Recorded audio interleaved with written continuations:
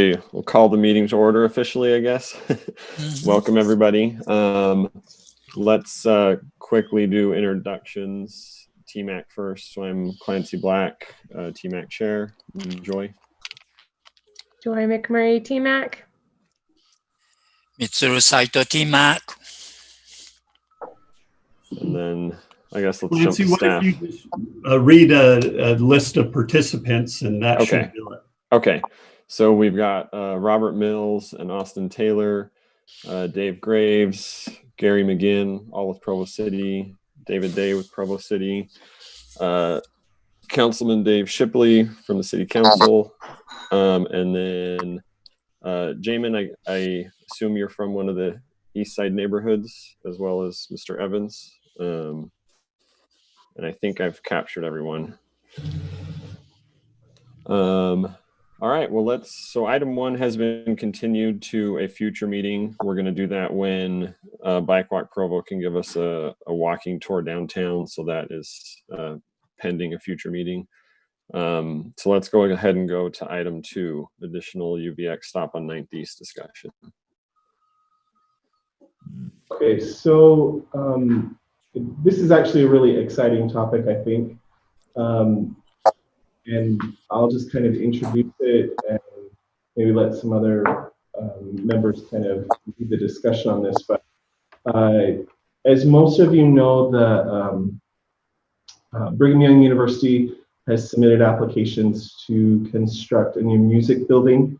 And that's to be on the Law Building parking lot, if you're familiar with BYU campus. Let me see if I can share my screen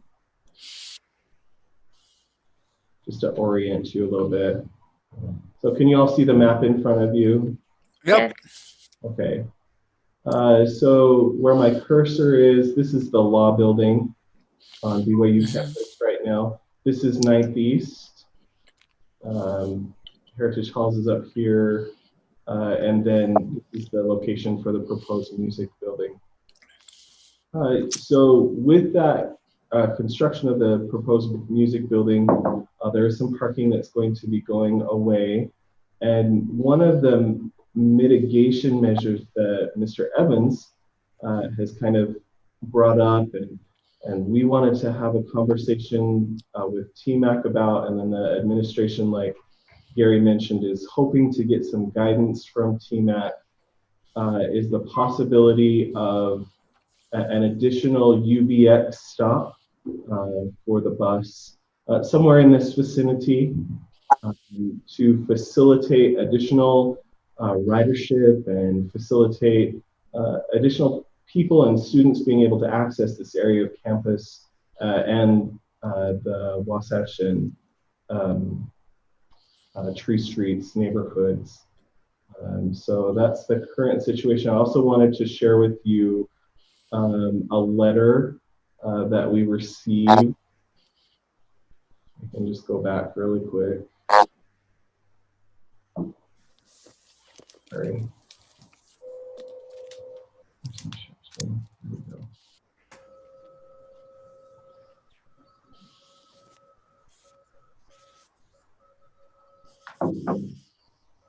Sorry. This was a letter that we received from many residents of those neighborhoods, basically just saying that they support the idea of an additional BYU central UVX station on 9th East to help with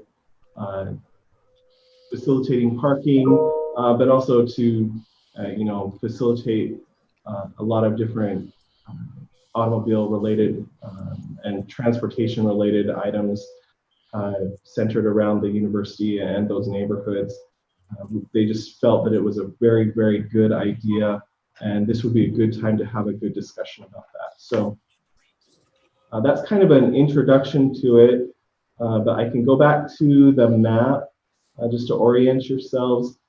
Gary, do you have any additional comments on that, or would you like to allow some time for Jamin and Paul to provide some input?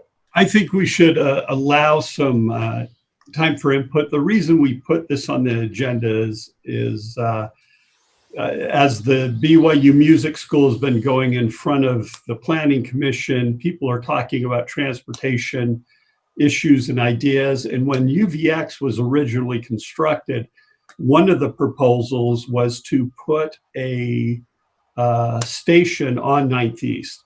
And as it was looked at, it ultimately was not constructed.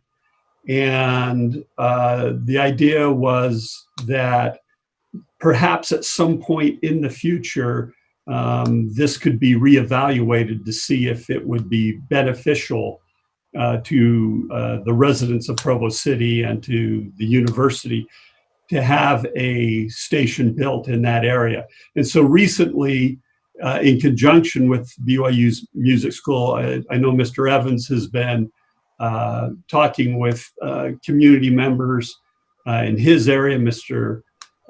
Rowan has been doing the same thing. And so we thought we'd put this on the agenda, and if we could have them, each of them give the TMAC some background and information on what they're thinking and if things have changed since the decision was made not to put in a station. That would probably be helpful for the TMAC in their discussion. So is that something you'd like to do, Clancy, is go ahead and hear from them? Yeah, I think that's an excellent idea. So let's go ahead and turn it over to them. David, you want to go first?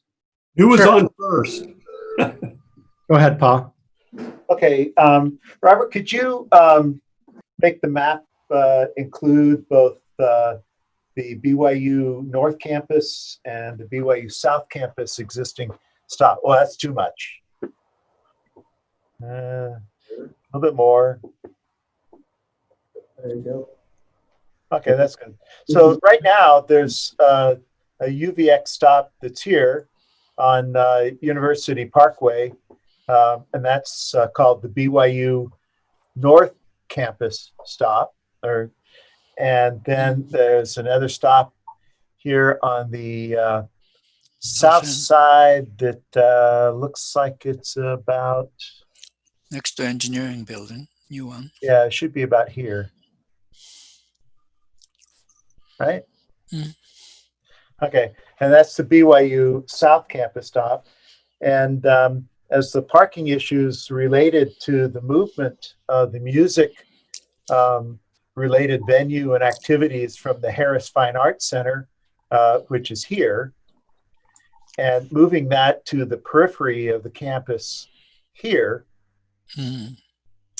then the issue became, what of all this parking capacity and demand that is on the east side of campus, and how best that might be resolved. And it seemed like one of the most obvious solutions would be to establish a BYU Central Campus stop for UVX somewhere on the east side of campus. So its location is still up for design and review. One possibility, and if you could blow the picture up a little bit more. Okay, so one possibility for such a location would be here for northbound and here for southbound. Okay, there's also this really nice roundabout. There's another possibility. It could also be located on the sides of Campus Lane. And all of these would provide access to and from 9th East at a signalized stop, which is here at Campus Lane or 1100 North. Of course, if the stop was on 900 East, we'd have both a signalized stop at 1100 North and a signalized stop here at Birch Lane, Heritage Lane, which would give, if additional lanes were built, the buses would pull off to the side. These are not center turns, but side stations could pull off to the side and without restricting ongoing traffic. But then with the signals provide opportunities for the buses to egress out of the station in gaps that are provided from the traffic. So anyway, those are just some general ideas that were put forward, and what that would do would alleviate the parking demands during the day on the east side of campus, because there is no stop that is reasonably, or that is convenient for UVX now.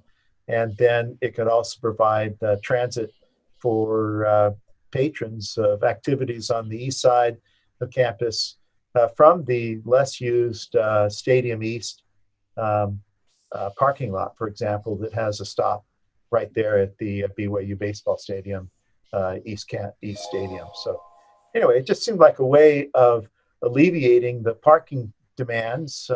It also served to reduce traffic on 900 East, in that it'd just be bus rather than multiple vehicle trips on there. So it seemed like now was the right time to really push this idea forward, and I think there's support for this. So that was the concept. Help BYU's traffic issue and actually generate something that would be beneficial to BYU, the community in Provo, and the county at large. I mean, it's a benefit for everybody. Yeah, thanks, Paul. I definitely have some questions and thoughts, but Jamin, do you want to share some things as well before we go on to discussion? Sure, I'm happy to jump in. I don't know that it's necessary to review the history of the conversation within our neighborhoods about BRT, now UVX, or the station being proposed now, or one that was similarly proposed. I think that all I would say is that there's always been support in the neighborhood for UVX and for a UVX station here. There's always been also opposition too. And so we just wanted to make sure, as this conversation was starting up again, that we got kind of ahead of the game and made sure that we communicated that to TMAC, to the Planning Commission, to the Municipal Council, to the mayor and others, that while I'm sure some of the opposition remains, and I'm sure they'll articulate that opposition, there really is a broad-based support for a station here, and there's broad-based support for UVX in general in our neighborhood.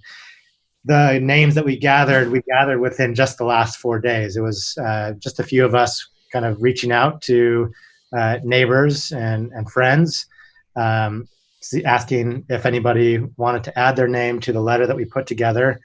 And within those 4 days, as I mentioned in that letter that we put up just a few minutes ago, we had over 190 signatures, kind of individuals, and representing over 90 households from the Wasatch, Oak Hills, and Foothills neighborhood. The majority of those names and households are located in the Wasatch neighborhood, so the neighborhood closest to 900 East and the proposed stop. I think maybe I'll just end by sharing just a few notes I got back as we kind of reached out to people. There is a couple in our neighborhood who have disabilities and are confined to wheelchairs for the most part. And she, the woman, wrote back to me when I reached out to her and says, please add our names to the list. I've been trying to get the city to put a bus stop on 9th East for 7 years. We also have a lot of young kind of married students in our neighborhood who weren't necessarily in a place where they could voice their opinions 7 years ago, 8 years ago, when this was on the table before, because they didn't live in our neighborhood at that point, though others did, other students, that is. I received enthusiasm from that demographic in our neighborhood. I received enthusiasm from, just, in other words, it was a wide range of people who supported this. And I think in addition to all the reasons that Paul mentioned for supporting this, providing easier access to the music building for patrons.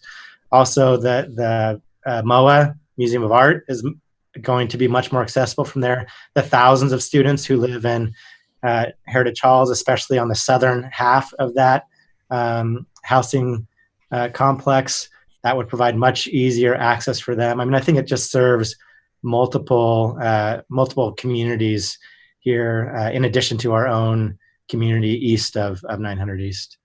Yeah, and then I think that's where I'll stop. You're welcome to look at the letter and ask follow-up questions if you have any. Thanks, Jamin. I appreciate that. You definitely have already addressed my primary question. I was curious about the neighborhood's position, knowing the history. So it's exciting to know that there is broad support for this. That's important. So that's great to hear. And I appreciate your work gathering those signatures. Whoever helped with that, that's important. And I'll just say, we reached out to people that we, because we had a relatively short amount of time to kind of turn around things. We didn't conduct a thorough survey of the entire neighborhood.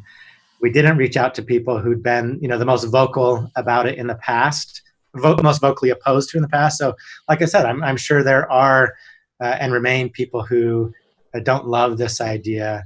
But I will say that in reaching out to people, we did come across several people who had said, when this came up 7 years ago, I was opposed to the idea of UVX here and or opposed to the idea of a station on 900 East, and I've changed my mind. I can see that this would be really valuable. There's a lot of people, I'm sure, who haven't changed their minds, but we did come across people who, with UVX there in place, have realized, oh, this actually would be really, a great service or value, not just to me, but I can see that it'd be of service and value to other members of the community around me. Excellent. That's great. I'm curious if maybe Gary or Robert or anyone could let us know if there's been any direct coordination with BYU and or UTA on this. So actually, that was something that I was kind of writing down. Okay. That maybe TMAC would like some more information on, maybe UTA, BYU could come and share some thoughts, or at least TMAC could invite them, or through letter or something like that, to give TMAC some additional information and things like that. Gary, do you have anything else to add? I think it would be important to hear BYU's official position on this and UTA's. My guess is, and this from last time, and Dave Graves is on here, and Dave, maybe if I say anything that's not right, correct me, please. But when this was originally going in, I think UTA was supportive of a stop on 9th East, and it was more Provo City that didn't want stop to go there, not from a program standpoint of operations, but more of a political issue, that there was hesitancy and opposition to it going in. But it would be good to hear from UTA about what it would take to put in a station and if they would be supportive of it. Mm-hmm. Okay. Yeah, I think that would be excellent to hear from them. Reach out to them, Clancy, see if they could maybe come next time or provide some thoughts in the interim. Yeah, I think that'd be great. To kind of have some discussion among the committee here, I'll say that I think it's an excellent idea. I think it'd be an amazing asset for the neighborhood, for campus, for the entire city. I've used UVX multiple times to go to campus to events. And unless it was a football or basketball game, every time I was wishing, oh man, I wish there was a stop near the creamery. That'd be perfect. Or, in this area. So I think it would be excellent. I'm fully supportive of it.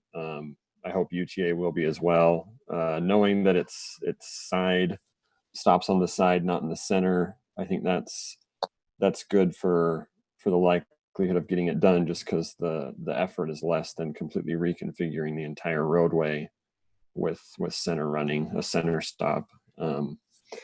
So those are my thoughts. Joy, Dr. Saito, what do you all think? Well, I was quite surprised and feel good about this effort because I was one of the people who recommended stop in this area, but because of the opposition from the neighborhood east side, that idea was kind of ditched. But if you think about, let's say people wanted near the campus lane intersection, both lands belong to BYU. So in a way, it's easier to discuss about how we get the land for the bus stop. And although it's close, if there's a new stop here, it's close to the South Campus one. But I think the people who want to go to the center of the campus really will love this new stop if it's built. And I was wondering how the BYU was going to deal with the loss of this parking. I'm wondering, just like an engineering building or a science building, they're going to have an underground parking lot to replace this, because otherwise, definitely, you don't have enough parking in that area. And that's the main area. And then on Saturday, whatnot, after the hour, evenings, many people will park there to attend the activities in the central campus. So might need to find out what kind of plan BYU has. But otherwise, I think it's a great idea. I think people on the east side of 900 East now see the benefits of UVX. For example, if they want to go downtown, they don't have to drive anymore. Very close, 5 minutes walk probably. Get on UVX, go to downtown Provo, and have some dinner or something, and can come back. So. To me, it's a great idea. I definitely want to hear from BYU neighborhood and also UTA how to deal with this new idea. That's all. Thanks, Dr. Saito. Yeah, I completely agree. I've also. Oh, go ahead, Joy. Yeah. I would love to chime in. So this is my neighborhood. Yeah. I live very, very close to the site that we're talking about. I know it very well. I would like to hear also more from UTA and BYU about what their specific plans are. I think knowing details might help people in the neighborhood who are concerned to be more calm and to know exactly what the plan is. I would also add, I apologize, my connection went out while Jamin was talking. Did Jamin mention one of the concerns in the neighborhood? Well, first, I'll just say, I think it's a great idea. I think it will help bring people to the middle of BYU and also serve Heritage Halls and bring them to other parts of Provo. It'll be beneficial for my family personally. I have family members north of Salt Lake who often ride Front Runner down, and it would be nice for them to have a way to get to my house, very close to my house, conveniently. I love that idea. They can get there without a car at all. Yeah, for sure. Or without me picking them up at the Front Runner station. Older members of my family who walking from a bus stop that's further away is harder for them. So I think it's a great idea. But I also, because this is my neighborhood, I remember the battles waged in neighborhood meetings when BRT was being discussed, and I know my neighborhood was a hot spot in those discussions. I don't know if Jamin mentioned that Wasatch Elementary is right also in this area. Did you guys talk about that? We didn't, but I'm glad you brought that up. Yeah. So Robert, if you can zoom out just a little bit on the map, you'll see that right exactly where, if you'll point out Wasatch is right there. Right there. Right there. And so a lot of the neighborhood was just concerned with the increased traffic and other things right around our very large elementary school that has fluctuates between 800 and 1,000 students in a given year, closer to 800 lately. But we're talking about, and also a couple of relatively busy intersections there, and you know that 9th East is a big road. There's just a lot going on. So I think the neighborhood was nervous about anything going in near the elementary school. So I think the details of the design will be important to assure them that children getting to school can get there in a safe manner, if that makes sense. As we add in 2 additional bus stops and a lot more pedestrian traffic and various things, I know that will be a concern. To be aware that this big music building and 2 significant bus stops, which I hope will have high use, are going in right next to a large elementary school. I think TMAC should be aware of that as well. Yeah, definitely. That's a great point, Joy. Can I ask you a question really quickly? Yeah. Hi, Jamin. We didn't talk about this when you and I chatted the other day. Have you heard from other parents in the neighborhood, since UVX has been in, concerns about children's safety? I mean, without the stops there. I mean, just in general, have you heard anything? I haven't, but I don't have these kinds of conversations perhaps as much as others might, or you might. Yeah, no. So I'm also on the community council at Wasatch, and we're in charge of helping with safe routes to school. I haven't heard anything specifically about UVX. I know that intersection, those 2 intersections on Birch and 9th East, and also Campus Lane, are always a concern because we have children coming down from Y-Mount who are walking down that way, and those are busy intersections, and we want to keep them safe. I also know there is a lot of concern about getting into Wasatch in the carpool lane, which is south of Wasatch. The traffic gets so backed up, and turning left for a lot of the families coming from the north to turn left into that Wasatch parking lot is already a nightmare. And even coming from the south, turning right is a nightmare. Additionally, we're hoping that Wasatch will get rebuilt in the next few years. I've seen some of the mock-ups from the architects, and entry and exit from Wasatch is a huge concern that definitely makes flow of children difficult and families. Thanks, Joy. And then I didn't mention this in my comments, but it may be worth being aware of as we enter in this conversation again and again. I'll certainly allow and hope that those who would be opposed to this will chime in with their own feelings about this. But again, recalling the conversations from years ago, another point of opposition was just about development. So anxieties about the likelihood of development pressure being put upon, say, the residential section of 900 East, just north of that Heritage Drive, Birch Lane intersection. Again, I don't know if those anxieties or concerns are still as high as they were earlier, but I would anticipate that those will be, the set of concerns will kind of be around that. Again, it's not a set of concerns that I necessarily share, and I didn't hear in my conversations with people, I didn't hear people raising those concerns to me, but again, I would imagine that that's where, those are probably the 2 pressure points that that will likely feel as the conversations evolve. And I would second that. I would say the school safety and traffic would be a topic that would come up. And then secondly, what additional economic pressure would be introduced by this stop to our neighborhood that is very concerned about not turning into something other than what it is in some ways, for better or for worse in that. But I am in favor of this stop. I think it's a great idea. And I think a lot of the initial opposition was for BRT to go in the first place. And now that it's in, and it's here, I would anticipate that having an additional stop, the resistance to that would be reduced.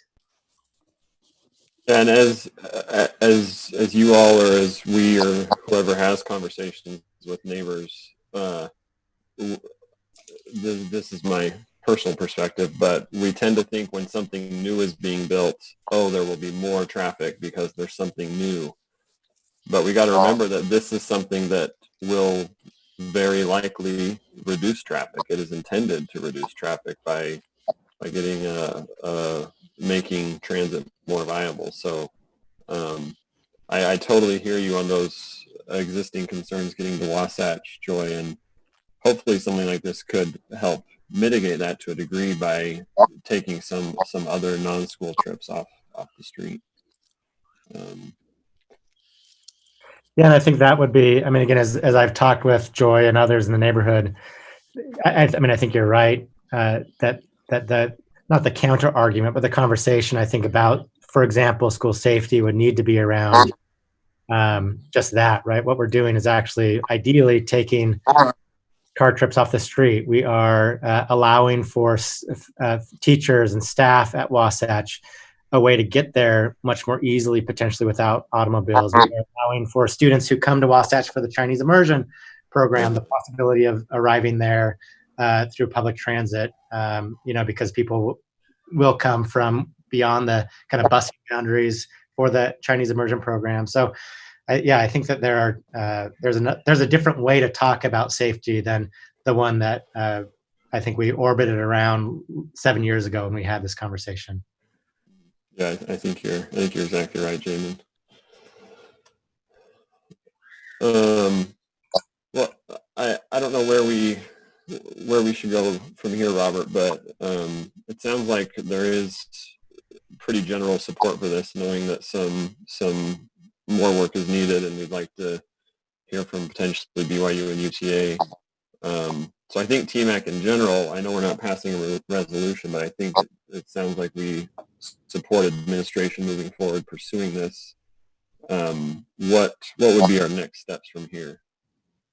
I think that's kind of what the administration is looking for. Okay. Kind of get a flavor of what the general consensus is among those who are here today, but also what additional information you'd like to see. And so I'll reach out to everybody that we've talked about today, see if we can maybe schedule time to hear from those other groups at a later meeting, or via letter or something that we can distribute to the members of the committee.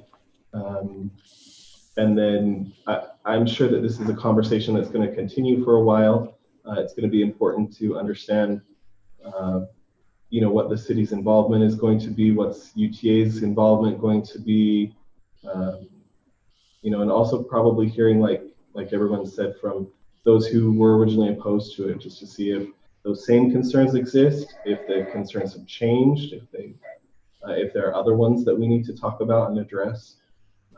But overall, it seems like this could be part of a good solution for traffic management and just overall transportation availability in the area. So. Yeah, absolutely. And see, they may not be prepared with much, but just some impressions from Dave Gray, who are here with us, about any big picture items that we might need to keep in mind with this would be helpful to know too. Yeah, I think maybe one of the differences, Gary, would be the support of BYU. Obviously, they have a little bit stake in, what's going on there simply because of the change on campus. But the position before was essentially we really don't want UT on campus, and I think that over the past few years, definitely since UVX has been running, has to the point where BYU administration has kind of acknowledged the benefits of transit, what it has to offer. Oh, yeah, I'm back. So I think that's one thing could certainly facilitate the conversation.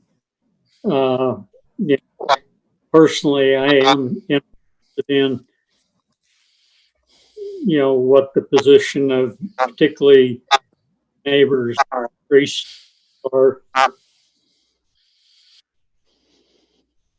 Can I add a few things?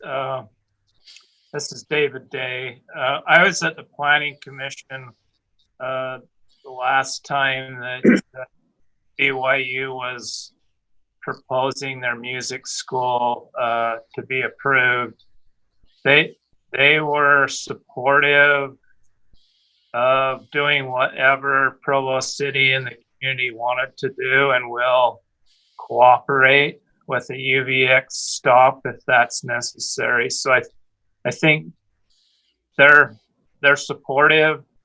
Also, the Wasatch Elementary, we've met with them preliminarily, and we've encouraged them to work with BYU and Provo City to reorient their school over onto Birch Lane to try to get rid of the conflict between young students and parents on that 9th East side, and put them over onto Birch Lanes.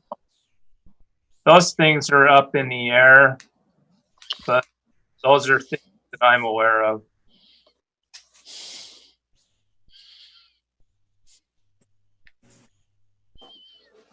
Okay, thank you. Yeah. So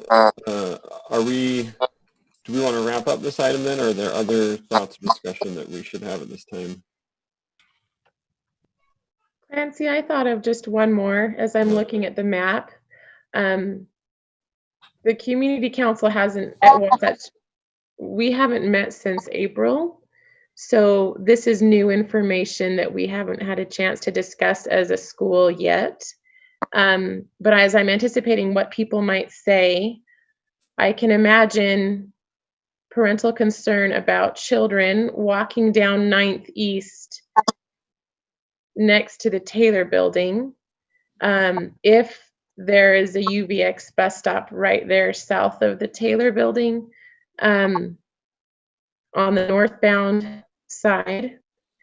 Yeah, thank you, Robert, or whoever added that.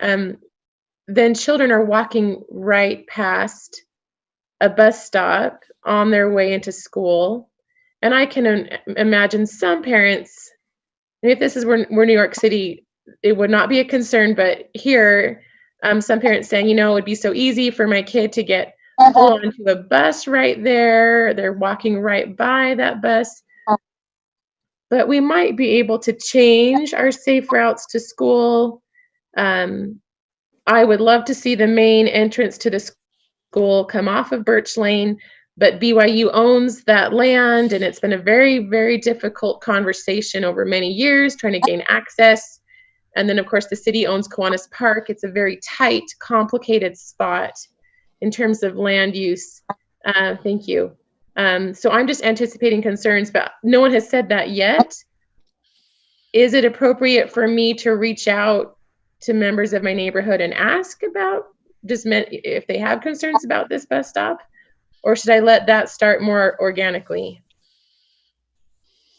I think it would be great for you to get feedback from people on this idea and concept. I think we're going to see this idea have more and more discussion. So the more people can be aware of this discussion, that people are talking about a possible UVX stop on 9th East, get more information in earlier. And if you had an opportunity to give us some feedback as we reach out to UTA, BYU, others, that could be really helpful in shaping the discussion. Okay, thank you. And I'll just, Joy, if you don't mind me jumping. I mean, one of the things, again, I think just as we have conversations, that there are ways to address concerns and fears that are more helpful, and I think it'd just be interesting to hear what those are. I mean, certainly as you're imagining one of those fears being the possibility of a child walking to school getting pulled in, I don't know that those fears are sustained by any facts. And it does seem to me that a counter idea would be to say, actually, the child would be much safer when there are more people around. The likelihood of a child abduction or something when there are more people around is much lower than when there are fewer people around. And that's just a different way of thinking about those fears that I think can be useful to start going as we start having these conversations in our neighborhood. I agree, and I will not try to inflame fears on purpose, Jamin. I promise. No, I know you're not. I'm just saying, as we have these conversations, I think that those kinds of conversations those fears can be addressed in useful ways. Sure. Yeah, a lot of that can be handled in the design, and how sidewalks are routed and some fencing. There can be a lot done to address those concerns, but it's good to know the concerns now, so we're aware. Okay, thank you. I would just also make mention that tomorrow night is Planning Commission meeting and the BYU Music School agenda. So I'd encourage you all to tune into that, at least for that item, just to hear the presentation from BYU if you haven't seen it before, and kind of how all of these elements come into play. Will Planning Commission somehow be informed of our discussion today, Robert? Yeah, I'll let them know. I'll let the planner that's working on that know about what our discussion involved today, and they can. That's great. Well, I'm excited about this. I was really excited when I first heard, and even more excited hearing some of the discussion today. So I'm glad we're looking at this. Hopefully it can be successful. If there's no other thoughts, I think we'll move on to item 3. All right, sounds like we're okay with that. So item 3, identifying active transportation priorities. I think I'm just going to go ahead with this one, Robert. Is that okay? Yeah, while you're going, I'll just bring up the transportation master plan. Okay, great. So to kind of set the stage a little bit here, and Dave Shipley, this is kind of related to your side of things. In our master plan, we have our active transportation priority projects, and there's the 2 phases, the 1A and 1B and 2A and 2B. The A phases, both in 1 and 2, are already essentially funded because they're coupled with other capacity or improvement projects. The B phase projects are not funded, so to speak, in that there's no identified funding stream or specific plan for how or when to build those. And of course, TMAC, you'll remember in our recommendation, we encouraged council to pursue potential funding sources for those, and that we're willing to help with that if we can in any way. So what we're pursuing at this time is these B phase projects. So table 5.7 there, and then I imagine maybe table 5.9 a little further down, probably. Yeah, table 5.7 and 5.9 there. These B phase projects that aren't funded also aren't prioritized in any way. It's just a big list.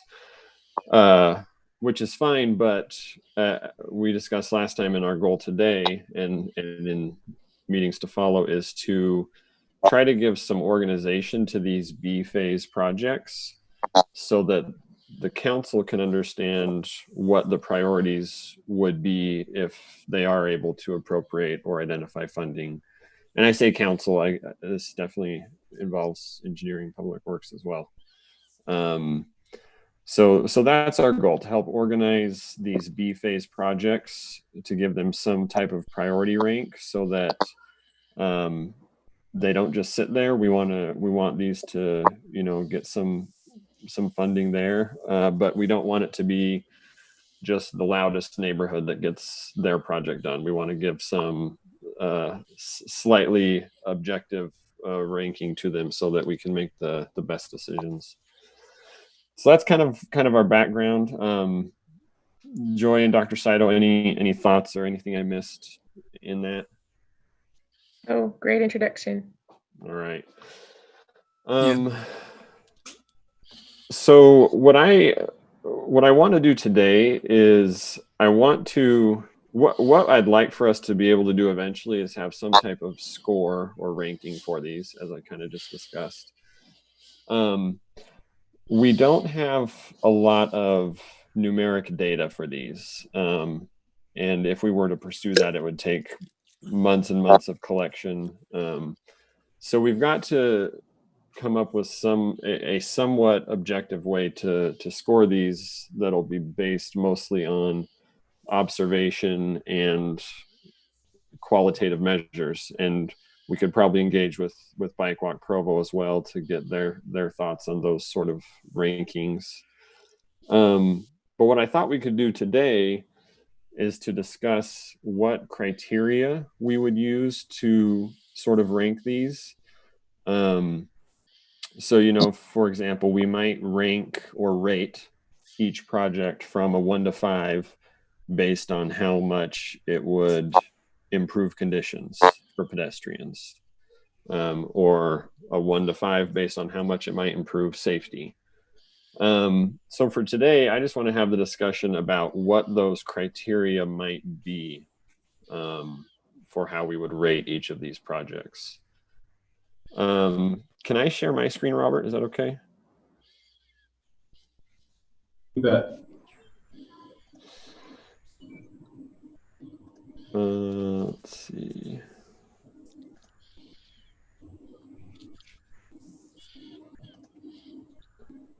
Here we go. So I drafted some ideas. You guys see this Google Doc now? Zoom in here. So I drafted some ideas up here at the top, and I'd like to just have a discussion now about other ideas, if we like these ideas. I don't know that I don't think we'd use all 8. I was just kind of running with things. But let's go ahead and open it up to whoever wants to contribute. And what criteria do we think would be useful for rating these projects? Lancy? Yeah. Does the city engineer's office have some kind of criteria to prioritize? I bet that when they created this list, they created because there was a need. So before we talk about this, I was wondering what kind of, you know, the sort of process by themselves to come up with this list. Yeah, I'd asked that months ago and was told there wasn't, but it's worth bringing up again. Dave, what is there any existing ranking to those B phase projects?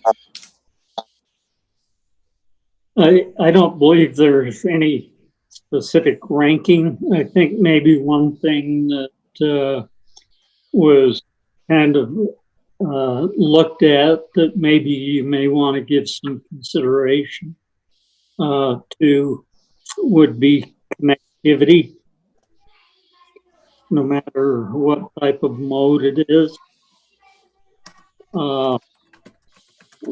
because I think that was one of the things that the consultant seemed to focus on, was trying to make whatever network it is more likely to be connected so that it would be used.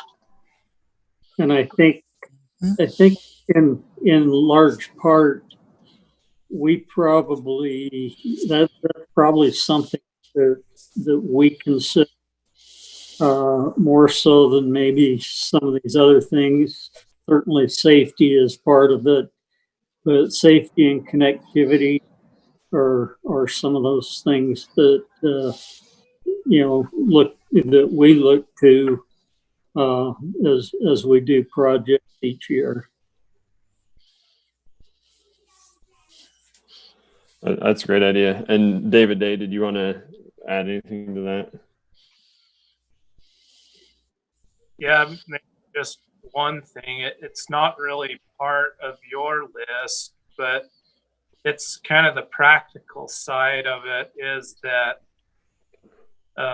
when a road gets to the point where it needs to be rehabbed, we end up, resurfacing it, and then we add these elements into that resurfacing. So that there may be projects that are down the list of ways that get done just as a result of the road.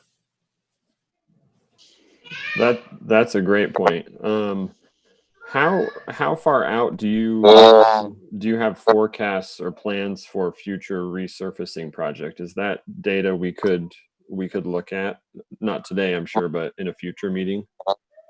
Yeah, we have a 5-year plan that looks at 5 years, and it shows the conditions of roads and what we expect to be working on. Now, there is the ability to juggle those, because if you have, say, 20 roads that need to be taken care of, which 20 and you can only afford to do 10, which 10 you do first? And so that's kind of where some of these other aspects come in to push them up to the higher priority. Like if there's a transportation element for bikes or pedestrians, and those would jump up. Mm-hmm. That's a great point. So in that case, basically, if we identify one that is a high priority that's on that flexible list, we could recommend doing it sooner rather than later, because it fits either way and would have multiple benefits, basically. Yes. Okay. Yeah, that's a great point. Thank you for bringing that up.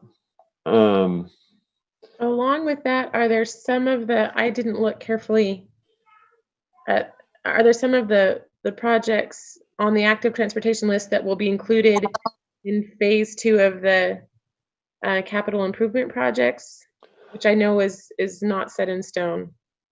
I don't believe so. If they were aligned with a phase 2 capital improvement project, they would have been put on the phase 2 list. I'm pretty sure. Okay.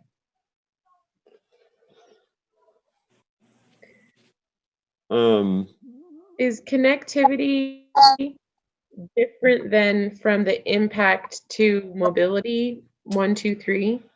Yeah, that's a great question. I think that's what we kind of need to decide. I kind of listed all, the three modes here. And I don't know if we would want to rate them separately or just as one, general improvement to mobility. We're talking about active transportation, so I don't know that vehicle mobility should even be its own rating, but it's worth considering.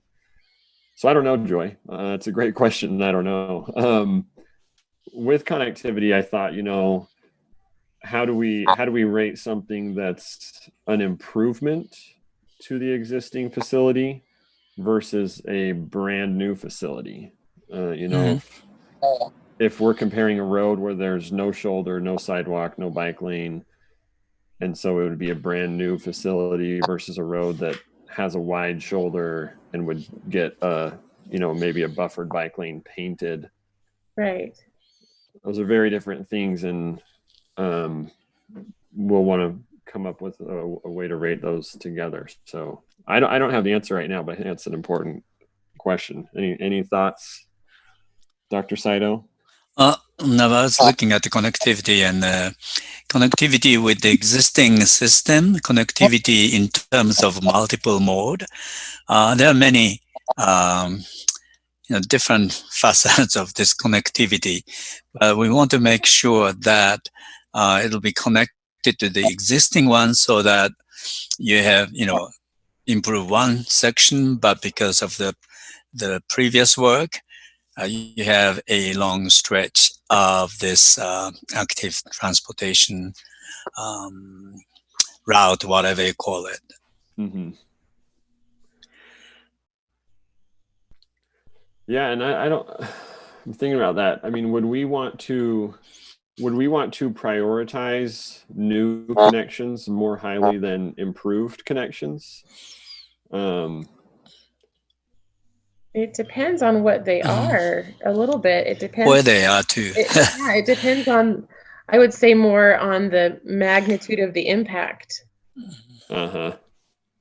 Regardless of what kind of, I mean, both are good, right? Right.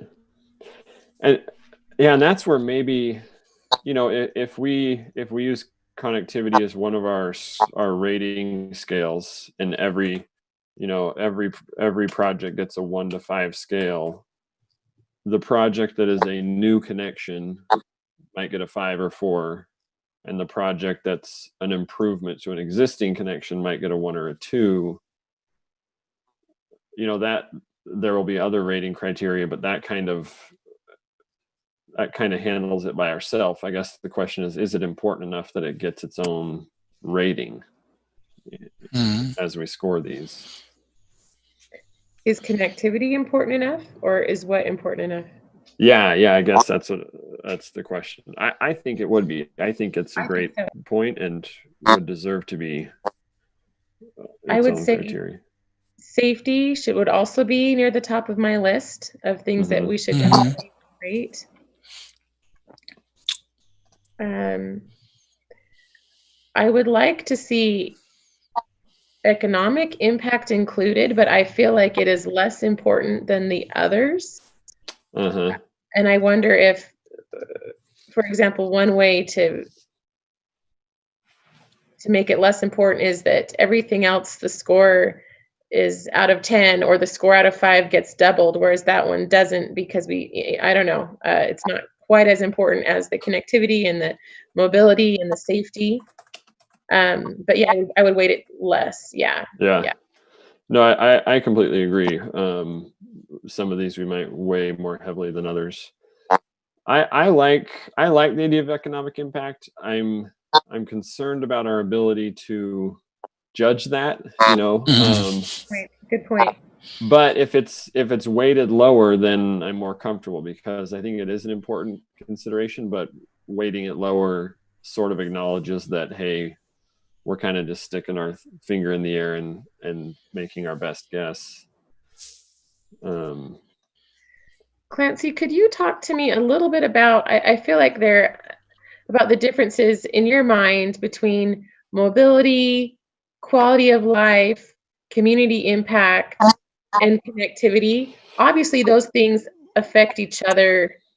But what were you thinking as you wrote them down about, okay, mobility example, quality of life impact example versus community or connectivity? Yeah, some of my answers I don't know. It was just ideas. That's okay. I know it's a rough draft. We're just hashing it out. So let's think through it. Yeah. That's so fine. Specifically with number 4, I know, some active transportation facilities are more for recreation, less for transportation. Yes, you're right. Okay. And I don't know if we want to address that or not.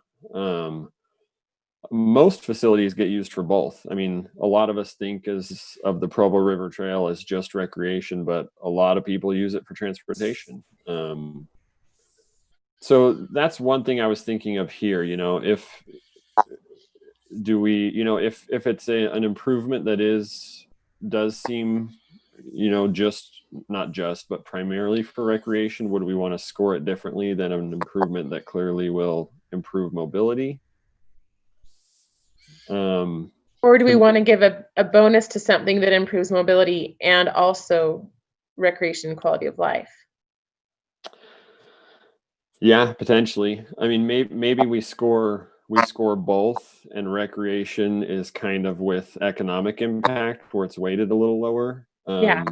But it would still, just it being included at all would automatically give a bonus to anything that would score in that both. Yeah, right. I kind of like that. Ben Clancy and say, I think it would be difficult, though, to determine what exactly is completely recreation. You said it would be difficult to determine what is recreation? Like, what is 100% recreation rather than serving one of those other mobility? Yeah, and that is my concern here, because I mean, when I reviewed our list, I don't know that I don't remember looking at any of them and thinking, oh, that's mostly recreation, So, weighting it lower, it's a bonus because there is a quality of life benefit to that. We are the TMAC, but it impacts the city overall. And so I think we should consider that. But or you can pick a couple of the proposed project and apply these points that we are thinking of, see how it works. Yeah, I think that's great. I think maybe if we can get a rough draft of this today, you start with this existing one, this criteria. Look at a couple of them with different areas, right? To make sure you don't have a similar one, but different one, and see how this kind of criteria works or not. Yeah. Rather than thinking about this without concrete stuff in your head. Yeah. Well, if you look at 100 South, for example, and then apply this and what kind of issue you see here, and then come back and then check. And if it needs to be improved, you'll improve. But as a starter, this looks good. I think that's a great idea. Yeah. Once we walk through, through half a dozen projects, we'll know quickly if our ideas were good or bad, right? For how to rate them. Thinking about these, I'm starting to wonder if sort of community impact and recreation quality of life are maybe sort of the same thing. Similar, probably. Yeah. Well, I thought community impact might be like a route that helps a neighborhood have that connectivity we were talking about, or helps a community not be divided, or helps a community move. Yeah, that's true. Yeah, that's a good idea. Good point. So I was thinking of that as that would be captured in a mobility or connectivity score. Okay. This would be more like I was thinking of 300 South, where I mean, that project really did improve the neighborhood a lot, just because the road and the sidewalks were in such terrible condition. The mobility was definitely improved, but I think the community impact was pretty significant as well. So would you like a mobility, mobility within that particular community, right? And whereas economic impact type is more related with the bigger area. So, because if you're talking about a residential area, putting in mobility, land price might go up a little bit. But I'm thinking about more economic impact means that people will easily move to a certain location where you spend money, like downtown, basically downtown here in Provo. And then it's easier to get access without using automobile. And that that meets the purpose of this called mobility. At the same time, you can get a little bit of economic impact. So when I think about mobility here, if you look at the one segment, then within that community, if this particular part is improved for active transportation, would it serve better for that community? So mobility within the community. And the connectivity will be the connection between this community where this particular project is and with others. So let's say you have in certain area, you didn't have sidewalk, but have sidewalk, for example, and a pedestrian can easily safely walk and go to a different place. And then you have next mobility project is there, so you can continue walking to the next area. And if you live in the south part of Provo, if you can safely walk to downtown, I'm sure people will walk downtown without driving a car, especially in the weather is nice, not necessarily in the winter. So, let me make sure I'm understanding. You're saying maybe mobility would measure more within the community and connectivity external to the community? Or did that? That's my thinking. Okay. Yeah. Yeah, maybe because suppose you live in the South Provo area, for example, and there's a Provo River Trail. And if my area's mobility for this active transportation improves, then it's easier to get on to that Provo River bike route. And that's a connectivity. And now I have a better connectivity, safe connectivity. Then I can continue and then ride on that Provo River bike route and go to even to the canyon, and come back without being harassed by traffic vehicles. Yeah. I want to think about that one some more. How is? I'm not an English major, forgive me. Doing great. You're doing great. Yeah. Whoops. Yeah, that internal versus external might be a way to look at it. Yeah.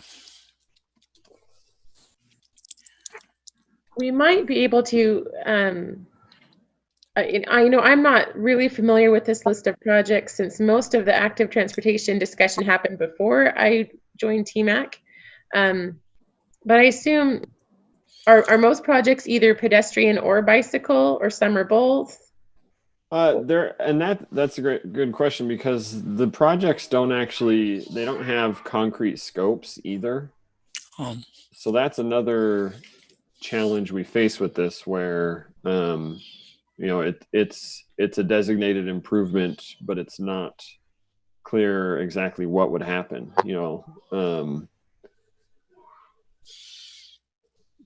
So yeah, I'm not sure how to address that. Because we could potentially just say impact to pedestrians / bicycle mobility, and have those be the same. Whatever kind of mobility it's doing, let's rate that mobility, unless we want to give a specific bonus to items that improve both pedestrian and bicycle mobility. Right. The impact to vehicle mobility could almost be again, something that's weighted lower and is almost a negative. Like, if this project will have a negative impact, you could include that, unless there's something else that you were thinking of for vehicle mobility. No, yeah, that's kind of what I was thinking. There could be a rare situation where an improvement would negatively impact vehicle mobility, which I think is okay sometimes. We have certain places we prioritize different modes. So I don't know I don't know if it's worth scoring or not. Yeah. Because if we are prioritizing a different mode on a route, it shouldn't get a lower score because we prioritize differently. But I do agree with you, Joy. If we keep it, it would be weighted lower for sure. Yeah, I'm just trying to kind of start prioritizing the prioritization criteria. What's the most important? So I would say definitely mobility, safety, connectivity, right? Are those our big three? Yeah, I think, and I'm kind of with, I don't know, I'm kind of with you that maybe we combine those. We would either need to get more specific on the scope of the projects, which that's a long process that I don't know we're really equipped to do. So keeping the rating generic is probably better off. Might be helpful, yeah.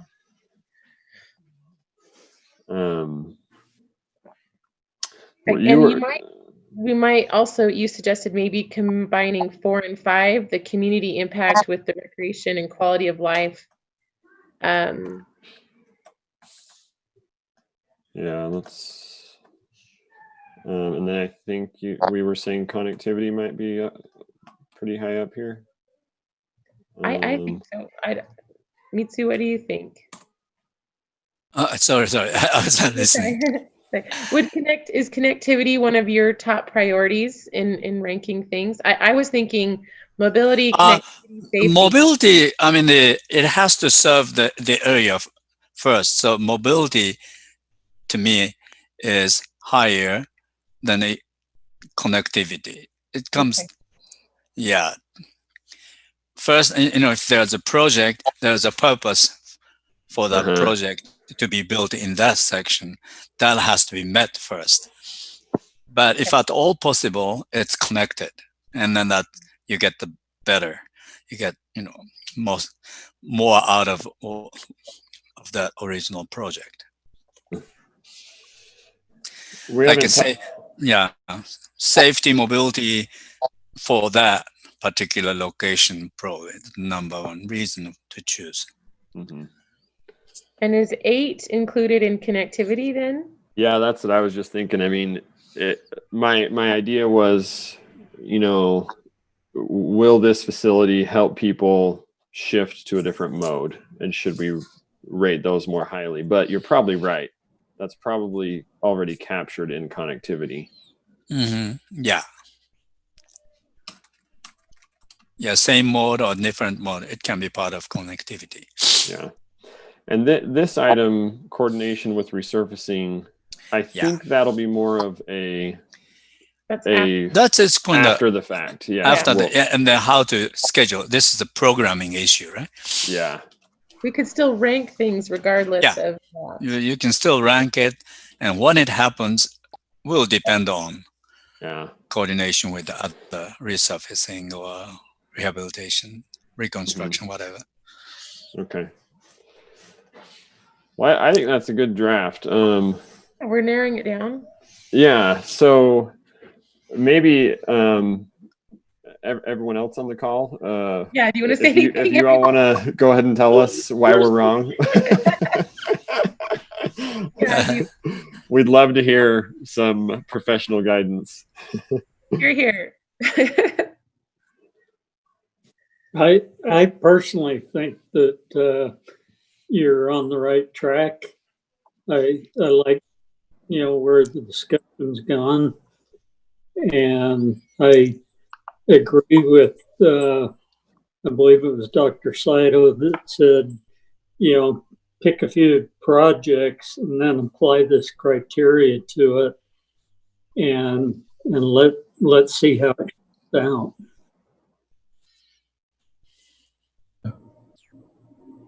Thanks, Dave. Robert or Austin or David Day, any other thoughts or ideas? Or everyone else? Sorry, you guys. You what? This is far above my expertise. I think the only thing that I would just make mention of is I think it's such a useful thing to prioritize and kind of create a matrix in which you can hopefully objectively come to a good decision on what's important to prioritize.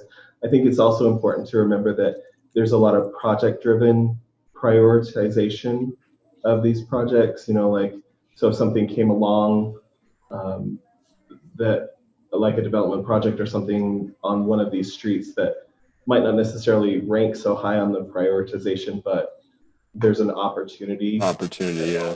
Important to remember and kind of keep on the back burner. Mm-hmm. Yeah, thank you.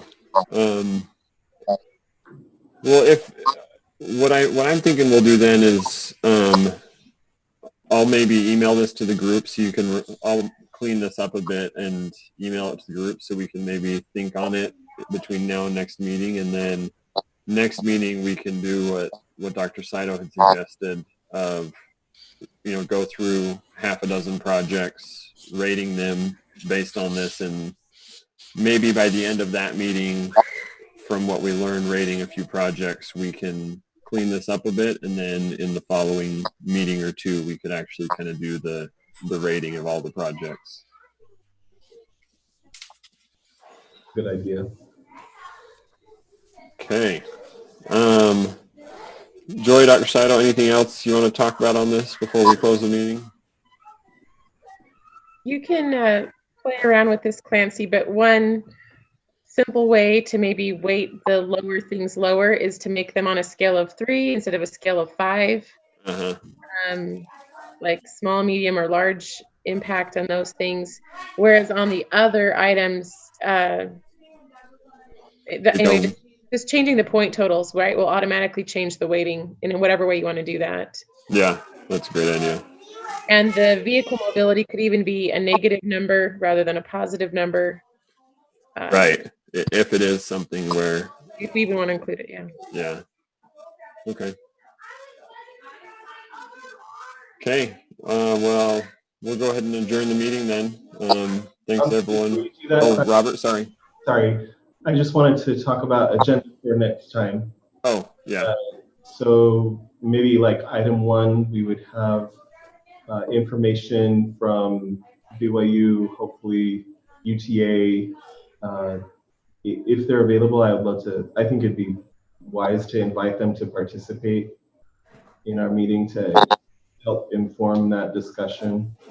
And then if there are any other items that you members come up with in the meantime, Joy, I know you're going to talk to the community council and things like that, just regarding the UBX stop on 9th East or in that vicinity. So that'll be item 1, and then we'll have this as item 2. But if there are any other items that you want to put on the agenda, just let me know at least a week in advance so we can get those on there. Okay. Thanks, Robert. All right, I think we're good now then, yeah? Okay, the meeting adjourned, and thanks everyone for joining, and we'll see you in a month, if not sooner. All right. Thanks, everybody. Thank you. Bye. Bye. Bye.